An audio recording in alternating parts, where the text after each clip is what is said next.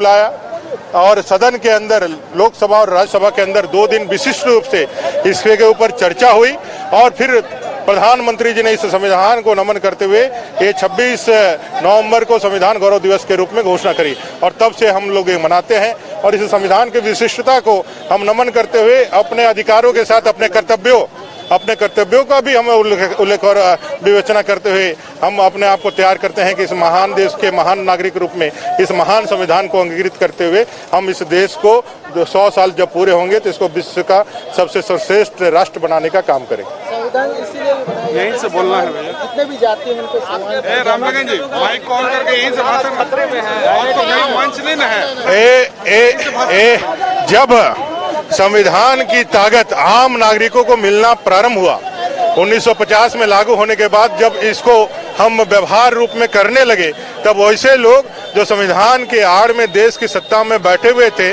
गणतंत्र उन्होंने स्थापित कर दिया था लेकिन राजतंत्र का ही यहाँ परिचालन था। एक परिवार के ही लोग लगातार सत्ता में आ रहे थे।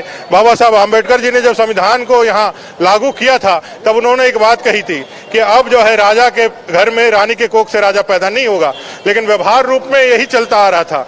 जब देश के अंदर पहली बार चाय बेचने वाला का बेटा प्रधानमंत्री बना, तब जाकर के देश के अंदर संविधान सही मायने में लागू हुआ और जब सही मायने में संविधान लागू होने लगा तो ऐसे लोग जो इसके आड़ में अपने परिवार का संवर्धन कर रहे थे, अपने परिवार का संरक्षण कर रहे थे, उनकी सत्ता और उनकी दुनिया खतरे में दिखने लगी। तब जाकर के वो निराह आलाप करते हैं, विलाप करते हैं कि संविधान खतरे में है। असल में संविधान आज जितना सुरक्षित है इससे पहले कभी नहीं था। इमरजेंसी के दौर को याद कर लीजिए और उन तमाम दौर को याद कर लीजिए जब पद और प्रतिष्ठा किसी के वंश को देख करके, किसी की पहुंच कर देख करके निर्धारित होती थी। आज एक साधारण जनजातीय महिला भी देश के राष्ट्रपति के रूप में स्थापित हुई है, पदस्थापित हुई है। इसका जो ताकत बाबा साहब आम्बेडकर ने संविधान को दिया था, उस संविधान का प्रयोग करके बीजेपी ने आज इसको स्थापित किया है। नरेंद्र भाई मोदी जी ने इसको स्थापित किया।